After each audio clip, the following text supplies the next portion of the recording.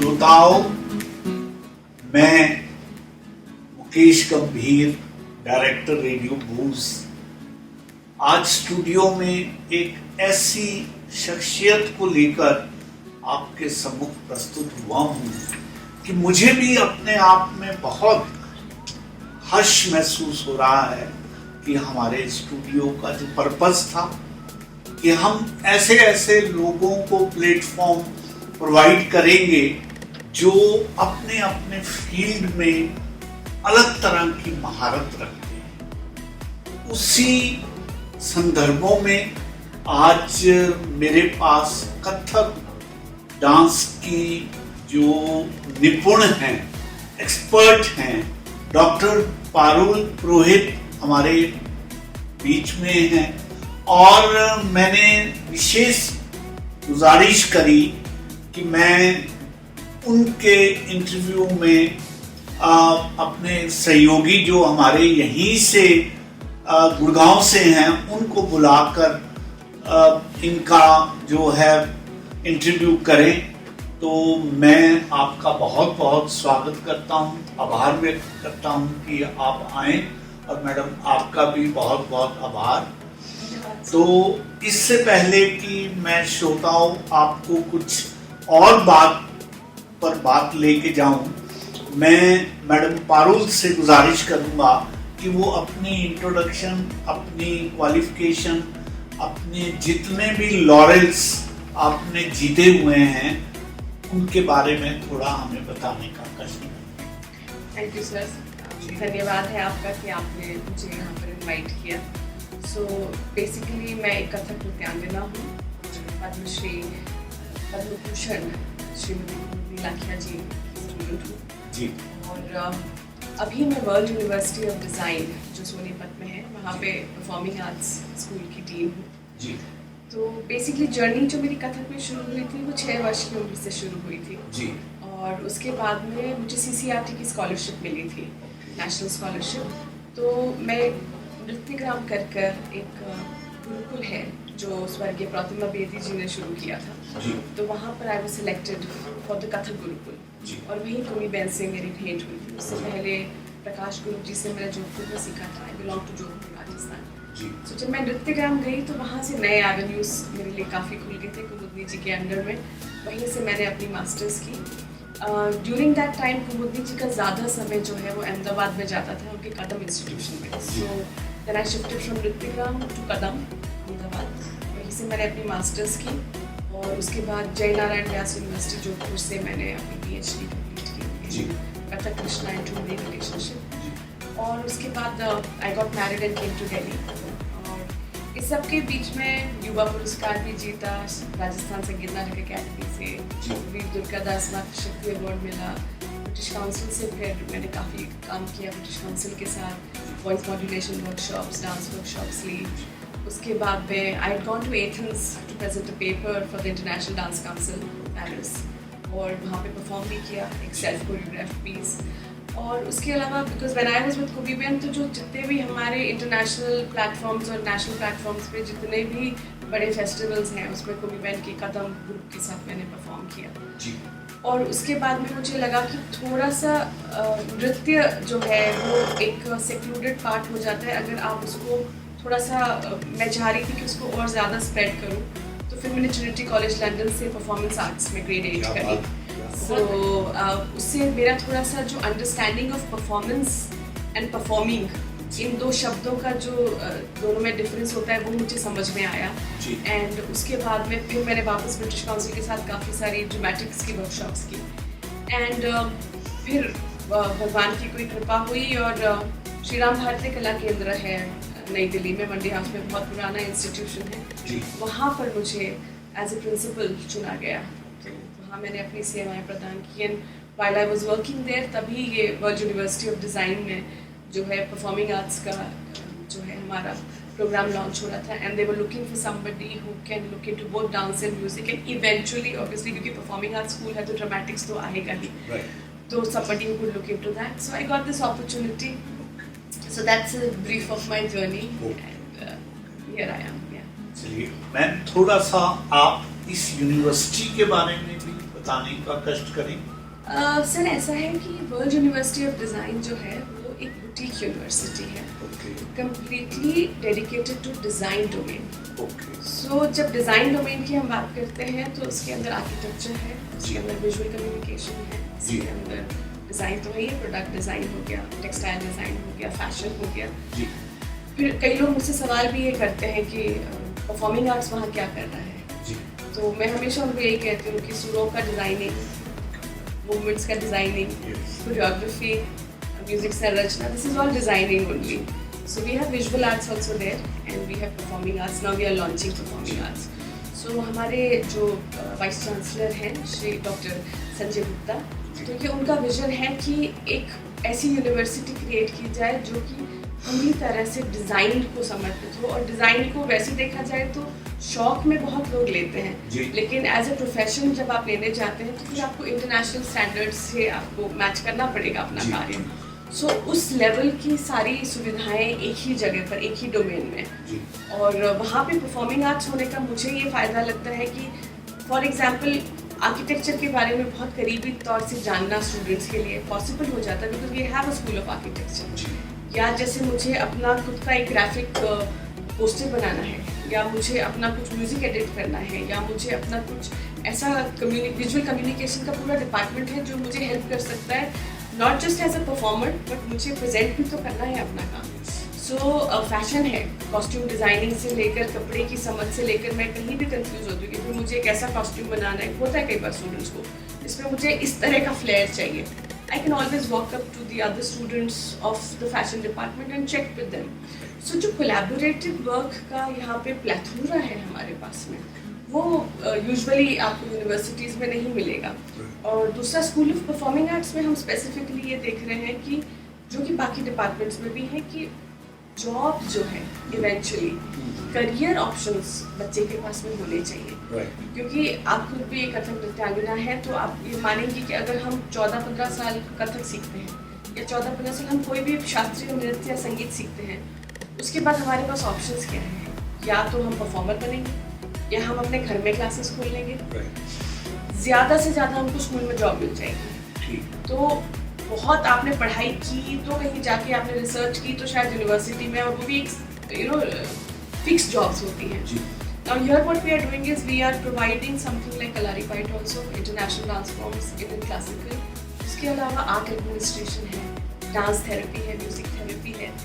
और जब हम पेडागोजी की बात करते हैं तो पेडागोजी जो है, एक तो होता है गुरु शिष्य परंपरा के तौर तरीके से सिखाना, एक होता है आपको एक इंटरनेशनल स्टैंडर्ड से बच्चों को सिखाना, और अपने आर्ट फॉर्म को वो सारा एक स्ट्रक्चर बच्चों को सिखाना पड़ता है। So we are putting all these things into our curriculum for this reason only कि जब बच्चा 3 साल जो है BPA का कोर्स है 4 साल का, तो 3 साल के बाद चौथे साल में जब वो एंटर करता है उसको क्लैरिटी होती है कि मुझे एडमिनिस्ट्रेटिव साइड में ज़्यादा इंटरेस्ट है, थेरेप्यूटिक साइड में है, सिर्फ परफॉर्मेंस में है, कोरियोग्राफी में है, या शायद मैं पूरा एक डांस प्रोडक्शन या म्यूज़िक प्रोडक्शन क्रिएट करना चाहता हूँ, म्यूज़िक अरेंजमेंट में जाना चाहता हूँ, बैक स्टेज जाना चाहता हूँ। And somebody who is a dancer, जैसे आज आपने मेरे लिए मैम को बुलाया तो she must be a great orator, तब आपने उनको बुलाया जी तो ये सारी चीज़ें आपको अंडरकरेंट सिखाई जाती है, लेकिन उसको स्ट्रक्चर करके नहीं बताया जाता है पारंपरिक शास्त्रीय नृत्यों में। सो बेसिकली आइडिया यही है कि आज के टाइम में आई फर्मली बिलीव कि परफॉर्मिंग आर्ट्स में ऐसा नहीं होना चाहिए कि मैं सुबह एक कहीं पर जॉब कर रही हूँ और शाम को अपने पैशन को फॉलो कर रही हूँ परफॉर्मिंग आर्ट्स में। 24 hours if I am within that thing, and why just opening a dance class in my house should be the last option for me. Right So basic idea यही है university का कि जितना भी collaborative work हो सके, और because the departments are there, the learning is vast and international, जैसे विंचेस्टर यूनिवर्सिटी जो है उसके साथ हमारा टाई अप है। So आप 3 साल यहाँ पढ़िए, 1 साल वहाँ पढ़िए, 2 साल यहाँ पढ़िए, 2 साल वहाँ पढ़िए। तो ये ऑप्शंस हैं अलग अलग डिपार्टमेंट्स में, परफॉर्मिंग आर्ट्स में भी हैं। सो बच्चों को उस तरीके का जब शुरुआती आपको एक्सपोजर देना होता है बच्चों को, जब वो शुरुआती एक्सपोजर मिल जाता है then you are fearless, you can do anything. So and आप परफॉर्मिंग आर्ट से हटते नहीं हैं, क्योंकि आप खुद भी बोलिए, अगर अभी आप कहीं पर रिसेप्शनिस्ट की जॉब करेंगे और शाम को आप रियाज करेंगे तो शरीर में उतनी ताकत नहीं रह जाएगी कि you are able to do that. देखिए मैं तो बीइंग ए लेमैन एक बात जो मैंने पढ़ी और जानी कि out of all the arts the art of dancing is said to be the best. The reason is the performer becomes the performance. Here, dancer and dance, they become one. No other arts provide you this privilege. If you are a painter, painting is outside and the painter is on the other side. If you are a sculptor, again that statue is outside and you are on the other side. But here there comes a stage when dancer become a dance and dance become a dancer. Right. So that identification and that merging of one's identity into this, perhaps this is what you were indicating in your beginning. So this is a marvelous thing as far as the spiritual journey is concerned. Absolutely. So ma'am, now I leave her to you because she is from your field. So I would like you to ask. बहुत ही अच्छा लगा ma'am का जान के, because आज सबसे ज़्यादा ज़रूरत है, बच्चे अगर अपना टाइम स्पेंड कर रहे हैं तो उनको प्रॉपर एक वो समझ में आ रहा है, और ना केवल मतलब अपने देश में, इंटरनेशनली भी वो बच्चे अपने आप को परफॉर्म करके वहाँ पे जा रहे हैं, वहाँ सीख रहे हैं चीज़ों को, बिकॉज अब जो है इंटरनेट का टाइम है और इस टाइम पे हर कोई मतलब मैं तो मैम से मिलके सच में बहुत खुश हुई कि मुझे बहुत अच्छा लगा कि मतलब इंडियन एंड वेस्टर्न दोनों चीज़ों को एक साथ लेकर के आप लोग चल रहे हैं, विच इज़ वेरी गुड। मेरा ये मानना है देविका जी कि नृत्य जो है वो अगर उसकी आत्मा को आप स्पिरिचुअल रखते हैं तो आप किसी भी फॉर्म में चले जाएं। जैसे सर ने खुद अभी कहा कि the dancer the performer becomes the performance. Yes right, वो कैसे होता है? क्योंकि मैं आपको इम्प्रेस करने के लिए नहीं डांस कर रही, बिल्कुल मैं अपने प्रभु तक पहुंचने के लिए नृत्य कर रही हूँ। Exactly. अब मेरा जो जरिया है वो कंटेम्प्रेरी है, मेरा जरिया जो है वो हिप हॉप है, मेरा जरिया जो वो इंडियन क्लासिकल है, जो भी मेरा जरिया है वो तो मेरी अपनी चॉइस है। लेकिन जो चीज़ as a Kathak dancer, and I think please correct me if I am wrong, जो मैंने अपने इन ट्रेनिंग ईयर्स में रियलाइज की वो ये कि शास्त्रीय नृत्यों का एक स्ट्रक्चर होता है और उस स्ट्रक्चर से आपकी बॉडी एक सर्टेन वे में हो जाती है। So like when people look at me they say are you a dancer? Yes, by any chance are you a Kathak dancer? हाँ, तो पीपल कैन रिकॉग्नाइज यू। उसका प्लस तो है, लेकिन माइनस ये हो जाता है कि जब हम इंटरनेशनल लेवल पर जाते हैं तो हमारी बॉडी उनको एक्सेप्ट नहीं कर पाती।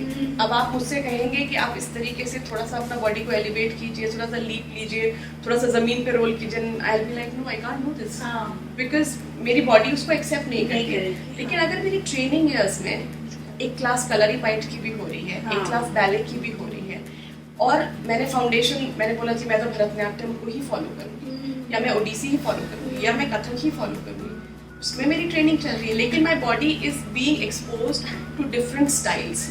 तो उसमें क्या होता है कि दिमाग का खेल है सारा, यहाँ पर ब्लॉकेज जो होता है वो जब हट जाता है, exactly, and I am very comfortable then with my body to you know open up my arms and take a twerk on my toes also, कि नहीं भैया एड़ी पर ही चक्कर लेना है, वो रूल नहीं है। सो अडेप्टेबिलिटी जब आपकी शरीर में आ जाएगी तो फिर इंटरनेशनल लेवल पे कोई कोरियोग्राफी में मैं क्या अप्लाई करूँ? मैं आज अकरम खान जी को बोलूँगी मुझे लीजिए अपनी कोरियोग्राफी में, वो भी कथक डांसर, मैं भी कथक डांसर, अकरम खान की कोरियोग्राफी में मैं जाऊँ मेरी घुटने टूट जाए। इतना रिगरस कंटेम्प्रेरी वर्क करते हैं वो, and you must have seen that. So वही वाली चीज़ है कि बेसिक आइडिया यही है कि आप अपने भारतीयता को मत छोड़िए, उसे तो आपने पकड़ कर रखना ही है, परंतु अगर मुझे किसी भी पाश्चात्य संस्कृति में जाकर ये दिखाना है कि ये मेरी कला है, तो कहीं ना कहीं एक ब्रिज तो बनना चाहिए ना। बिल्कुल, कि मैं उनकी कोरियोग्राफी में मैं उनके साथ काम करूँ और मेरा शरीर ये मेरा साथ नहीं दे रहा, सो फिर तो कोई मतलब नहीं है। And secondly maybe dancing for after 15 years 20 years I realise कि नहीं यार मुझे एडमिनिस्ट्रेटिव काम मैं ज़्यादा अच्छा कर सकती हूँ, विच आई realised that you know when I was a principal in Shri Ram Bharati Kala Kendra और I was a coordinator with Kunstkap School in Gurgaon, तो मुझे ये रियलाइज हुआ कि ये जो एडमिनिस्ट्रेटिव काम है ये मैं अच्छे से कर सकती हूँ। कभी डांस के मूवमेंट के बाहर सोचा ही नहीं, ये तो चलो भगवान की कृपा थी और एक सामने प्लेटर पे चीज़ आ गई। बट अगर शुरू से आप ये नुआंसेस सीखते हैं then you know when you come to an age of like 20 you can decide कि भैया अब मुझे किस तरफ जाना है अपने नृत्य या संगीत को छोड़े बिना। बहुत अच्छी अपॉर्चुनिटीज हैं ये यंगस्टर्स के लिए। जब आई गेस जब हम लोग जब स्टेज पे थे और हम स्ट्रगल कर रहे थे और हम सीख रहे थे तो इतनी ज़्यादा अपॉर्चुनिटीज नहीं थी हमारे सामने कि हम इंटरनेशनली भी उन चीज़ों को कर पाएँ। बट ये तो आजकल के यंगस्टर्स के लिए बहुत अच्छी न्यूज़ है, बहुत ही अच्छी इन्फॉर्मेशन मैम आपने हम लोगों को भी दी है कि इस तरह से भी हम लोग इनसे कोलैब कर सकते हैं और चीज़ें आगे बढ़ा सकते हैं। आई थिंक सो जो हमारे वीसी हैं डॉक्टर संजय गुप्ता, उनका आइडिया इस चीज़ को दिल्ली एनसीआर में खोलने का यही था कि ज़्यादातर जब नृत्य संगीत की या डिज़ाइन की या कोई भी चीज़ की बात आती है तो दिल्ली तो दिल है हिंदुस्तान का, तो ज़्यादातर बच्चे सब तरफ से खिंच के उसी तरफ आते हैं। So we are very close to Delhi, that is Delhi NCR Sonipat के अंदर है। तो उससे ये है कि बच्चे चाहे दिल्ली से कम्यूट करना चाहे, गुड़गांव से, फरीदाबाद से किसी कम्यूट भी करना चाहे, हॉस्टल फैसिलिटीज है, रहना चाहे, सो आप अपना आर्ट भी नहीं छोड़ रहे, आप अपनी परफॉर्मेंसेस भी देख पा रहे हो कि शाम को मुझे मंडी हाउस जाना है, हाँ, कमानी में कोई परफॉर्मेंस हो रही है, so you are connected that ways. And secondly it is unique. Yes, so you know I mean I do agree to you कि जब मैं नृत्यग्राम गई थी तब वहाँ पर सर को बताती हूँ कि नृत्यग्राम में प्रतिमा जी का आइडिया ये था कि 8 गुरुकुल हो अलग अलग शास्त्रीय नृत्यों के। इवेंचुअली उनके डिमाइज के बाद वो हो नहीं पाया, वो सिर्फ ओडिसी गुरुकुल ही सस्टेन कर पाया। बट ये एक्साइटिंग था कि 8 नृत्य कलाएँ वहाँ पर एक साथ हो रही हैं।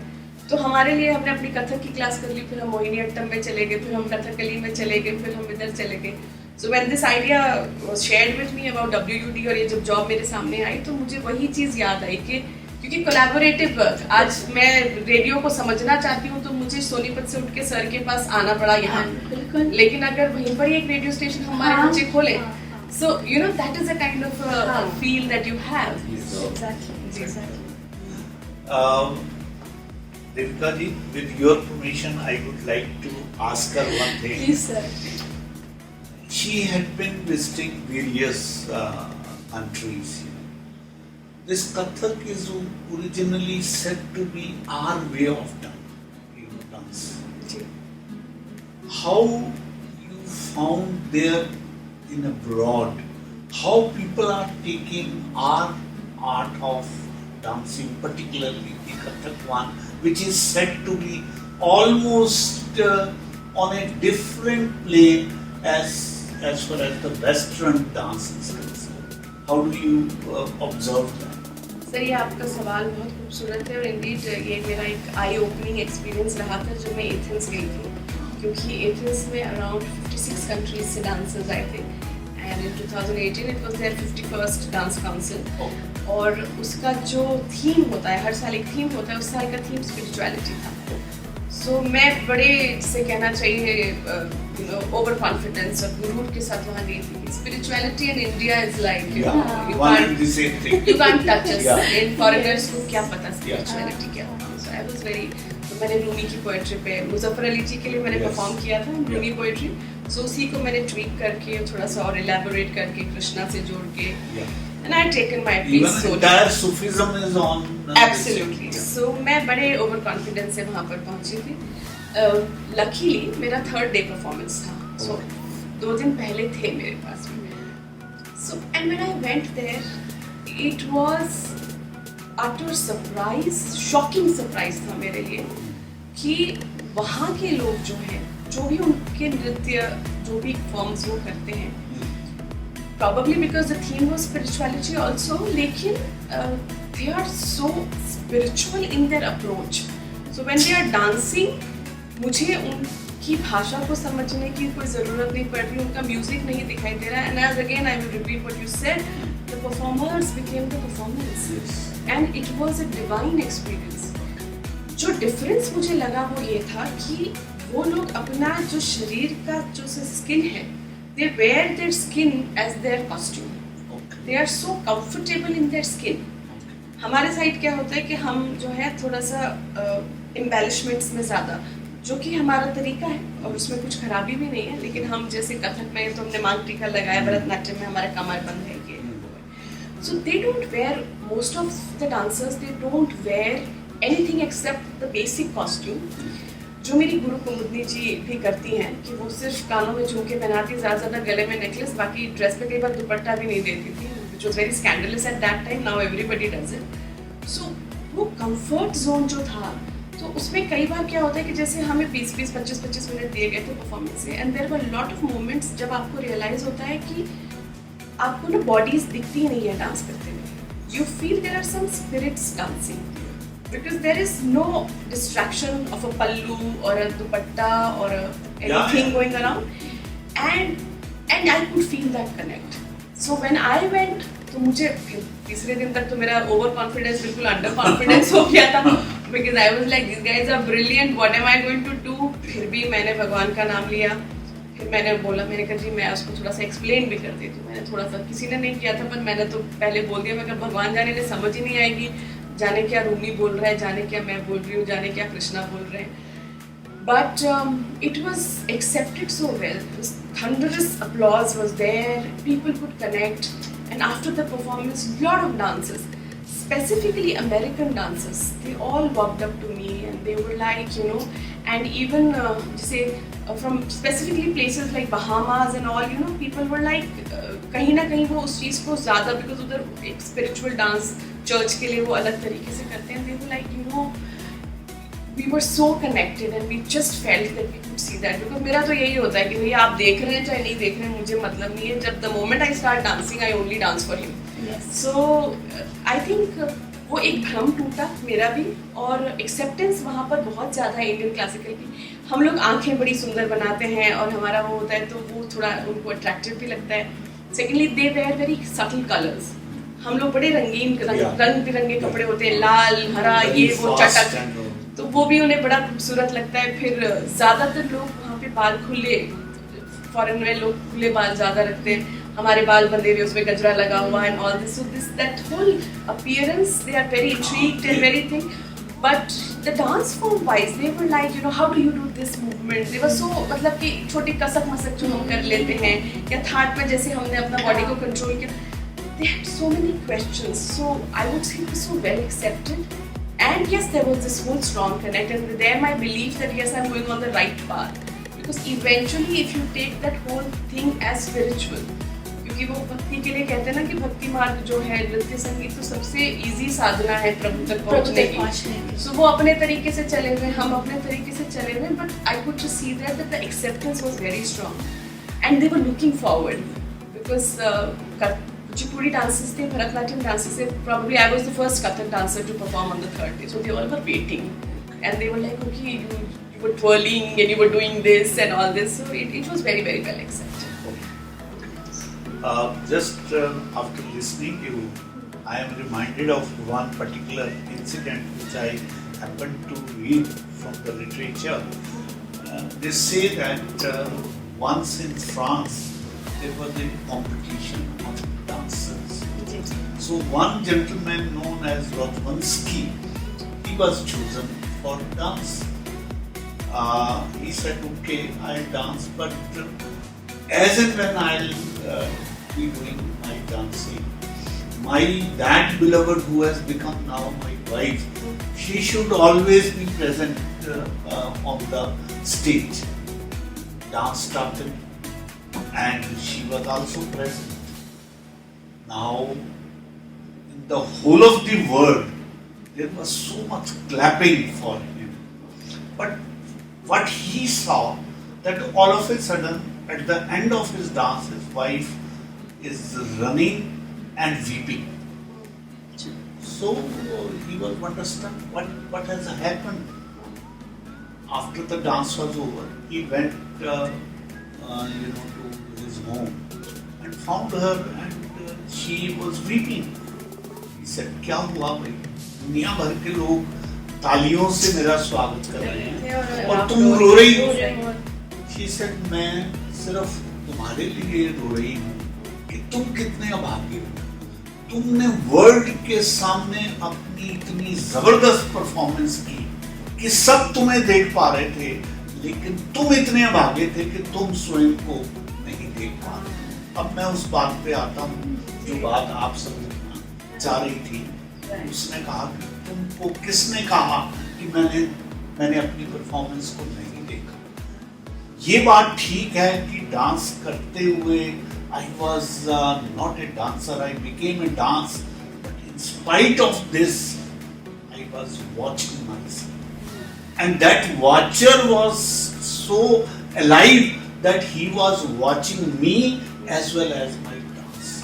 So this is said to be a further stage for which perhaps I don't know Westerns were able to understand it or not, but we Indian can understand that the watcher in us remains alive and still we can see the dance as well as the dance. Yeah. But person like you can really relate such subtle things and explain to our audience that what is this enjoyment, what is this bliss. And when you said that when I start dancing, I dance only for it.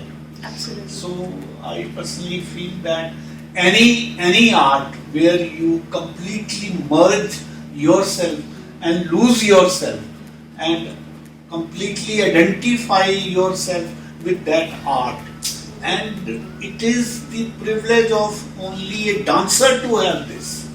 This is something really remarkable, you know. Yes. So I personally feel and you have authenticated And I that. think ये भी एक reason था sir. So one of these reasons that when we were designing the course for World University of Design, so Yeah. Devika ji will agree to me on this part कि पूर्ण समर्पण की बहुत ज़रूरत होती है जब आप किसी भी कला बहुत के जरूरी प्रति है। सबसे ज़्यादा कुछ जरूरी भी है। करते हैं। अब होता क्या है that after a certain age when you turn 20, 21, 22, उसके बाद में आपसे इकोनॉमिक्स की तरफ भी देखना पड़ता है कि भैया सस्टेनेबिलिटी कमा क्या रहे हो, कैसे कमा रहे हो। और during my growing up years, I realized that lot of dancers, lot of musicians, they lose on to that whole bliss of the art because they have to get up in the morning, they have to go for a job which is not related to their art, Yeah. and they have to do certain things which by the time they come back in the evening they are physically so tired क्योंकि आपका माध्यम तो शरीर ही रहेगा। So, शरीर इतना थक जाता है कि मेरा मन तो नाच रहा है, मेरा मन गा रहा है, मेरा मन कर रहा है कि मैं कुछ रियाज करूं, लेकिन physically it is not possible for me. And this has been always at back of my mind that why, like other professions, जब आप let's say अगर आप इंजीनियरिंग पढ़ रहे हैं, आप अपना जो भी कर रहे हैं, तो उसके बाद आप इंजीनियर ही बनते हैं ना। अब आप सीख तो परफॉर्मिंग आर्ट्स रहे हैं, आप नृत्य सीख रहे हैं और आप उसके बाद जी बैंक के अंदर आपकी जॉब लगी हुई है और फिर शाम को आप देख लीजिए जो आप कर सकते हैं। आप IAS बने हुए हैं, IAS तो खैर बनना बड़ी अच्छी चीज़ है, लेकिन ये कि IAS बने हुए हैं और फिर साइड में आपका डांस भी चल रहा है। हाफ-हार्टेड कुछ भी नहीं होता है। आपको ब्लिस तो मुझे वही लगता है कि आप तभी उसे प्राप्त कर सकते हैं जब आप फुल फ्लेजेडली उसमें हो। अब पेट्रन्स तो रहे नहीं पुराने टाइम में कि राजा महाराजा, जैसे व्हेन आई वाज यंग तो उस टाइम जोधपुर के जो महाराजा हैं गज सिंह जी महाराज, उनको मैंने लेटर लिखा था कि मुझे बाहर पढ़ने जाना है, तो उन्होंने मुझे फाइनेंशियल असिस्टेंस दे दी कि मुझे नृत्य सीखने जाना है, वो उन्होंने उस समय दे दी। तो अब ऐसे राजा महाराजा तो रहे नहीं है। महाराजा हमारे गज सिंह जी तो हैं, वो तो फिर भी दे देंगे, बट उसके बाद क्या, वो वाली चीज़ है। सो अगर बच्चे इस चीज़ को शुरू से पढ़ाई के साथ भी, पढ़ाई में भी नृत्य और संगीत ही करें तो फिर प्रोफेशन के बहुत ज़्यादा चांसेस खुल जाते हैं। क्योंकि मुझे तो मैं अभी कथक केंद्र में एक टॉक के लिए गई थी, तो बच्चों ने ये कहा था कि दीदी हम कर लेंगे सीनियर डिप्लोमा, फिर क्या है, हमारे पेरेंट्स कहते हैं कि क्लास ही तो खोलनी है, तो डिप्लोमा भी क्यों करना है, इतना तो तुम सीख ही लिए हो 14 साल में, 15 साल में, क्लास खोल लो। दीदी क्या करेंगे, नहीं बहुत सारे ऑप्शन है बच्चे, ये है वो है वो है, दीदी हम तो पढ़े नहीं है, आप पढ़ लो, जहाँ तुमने 14-15 साल दिए वहाँ 3 साल 4 साल और दे दो। ब्लिस तो आपको पूर्ण समर्पण से ही मिलेगा। और एक मेरे फादर बहुत अच्छी सी बात कहते हैं कि यू नो रेस में दौड़ना बहुत अच्छी बात है, लेकिन रेस खत्म होने के बाद भी दौड़ते रहना ये कहाँ की समझदारी है? सो आपकी रेस कहाँ खत्म हो रही है? And when I talk of the word race, मेरे कहने का मतलब है कि इकोनॉमिक्स वाइज देखा जाए कि आपको कितना वेल्थ इकट्ठा करना है, आपको किस जगह पर रुकना है, वो तो आप ही को डिसाइड करना पड़ेगा। अब आप कहते हैं नहीं जी मुझे तो ये करते ही रहना है और फिर मुझे तो परफॉर्मिंग आर्ट्स का ब्लिस भी महसूस करना है, तो फिर वो पॉसिबल नहीं है। Because as you beautifully said, half heartedly हम कुछ नहीं कर सकते। सो शायद मैं इतना इसलिए बोल पाती हूँ क्योंकि मैं नृत्य को ही जीती हूँ। बिल्कुल। अगर मैं कुछ और कर रही होती तो फिर इतना पैशन और इतना शायद इन डेप्थ उसकी तरफ मैं नहीं होती। So, मैं थोड़ी सी मैं शायरी करता हूँ, तो आपकी बात सुनकर मैं अपनी एक रुबाई कहना चाहता हूँ कि छोड़ बाहर को, मन को देख, भीतर है जो धन को देख। अरे क्यों भटके या मंदिर मस्जिद, अपने भीतर फन को देख, अपने भीतर फन को। बिल्कुल। तो जिन लोगों ने भी भीतर के फन को पहचान लिया है, मैं समझता हूँ उनको ब्लिस की भी समझ आ जाती है। अदरवाइज तो क्या है, हाथ में आया हुआ ये धन और ये सारी बात भी खो जाती है, जैसे अब मुट्ठी से रेत निकल जाती है, ऐसे ही ऐसे लोगों के हाथ से वो ब्लिस वाली फीलिंग भी चली जाती है। I think she has. आप इजाजत दें तो आपकी रुबाई पर मैं थोड़ा सा परफॉर्म करना चाहूंगी। अरे वाह, क्या बात। आपको एक लाइन को 2 बार रिपीट करना पड़ेगा because I don't know the right. जी। छोड़ बाहर को, मन को देख, रिपीट प्लीज। छोड़ बाहर को, मन को देख, भीतर है जो धन को देख, भीतर है जो धन को देख। क्यों भटके है मंदिर मस्जिद, अपने भीतर फन को देख, अपने भीतर बहुत बढ़िया, फन को देख। बहुत बढ़िया, एक्सीलेंट, बहुत बढ़िया, बहुत बढ़िया, वेरी नाइस। मेरी रुबाई को मूर्त रूप दे दिया दे दिया। बिल्कुल आपने लिखी हुई खूबसूरती, you feel like dancing on to it. चलिए, तो श्रोताओं, मैं समझता हूँ आज मैडम के माध्यम से हमें जीवन का एक और लक्ष्य और उद्देश्य समझ में आ गया कि जहां भी आप रहो, जिस भी प्रोफेशन को अडॉप्ट करो, लेकिन जब तक पूरी तन्मयता से, पूरे तन मन से आप उसमें डूब नहीं जाते, तब तक आपको सार्थकता नहीं मिल पाती। और जीवन में रहते हुए अगर आपने ब्लिस पाना है तो वो तभी आप पा सकते हैं अगर आप संपूर्ण एकीकरण है, संपूर्ण आप उसमें मर्ज्ड हैं और आप अपनी आइडेंटिटी को खो देते हैं और उसमें लीन हो जाते हैं। तो इन शब्दों के साथ मैं तहे दिल से मैडम का आभार व्यक्त करता हूँ, धन्यवाद करता हूँ। सच में आज हमें सिर्फ कथक के बारे में जानकारी आपने नहीं दी, आपने एक आध्यात्मिक दृष्टिकोण को स्पष्ट किया है और मैं ये समझता हूँ कि एटलीस्ट मैं तो अपने आप में आगे से ज़्यादा बेहतर प्रबुद्ध पा रहा हूँ। इसी तरीके मुझे लगता है आपकी सहयोगी मैडम ने भी महसूस किया। बहुत ही अच्छा, बहुत अच्छा। जब आप कैरियर ओरिएंटेड जो बच्चे हैं उनके लिए तो बहुत ही बढ़िया प्लेटफॉर्म है और इसको लोग अचीव करें डेफिनेटली अपनी चीज़ों को करते हुए और आप बाहर की चीज़ों को भी सीख पा रहे हैं। इससे अच्छा तो बड़ी बात कोई नहीं हो सकती। बिल्कुल एक पैटर्न आपको मिल गया है, एक आपको स्टेज मिल गया है जहाँ आप मतलब जा सकते हैं। बहुत थैंकफुल हूँ मैं भी कि इतना कुछ आपसे जानने को मिला मुझे। Again, I am really inspired of my another Shayari which says, कोई भी आईना मुझे मेरा अक्षी को दिखाता,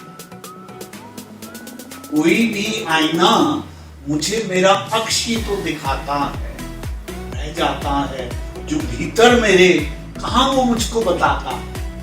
तलाशता फिरता हूँ खुद को, खुद ही में मैं, तब कहीं अंत में जाकर मेरा असली स्वरूप।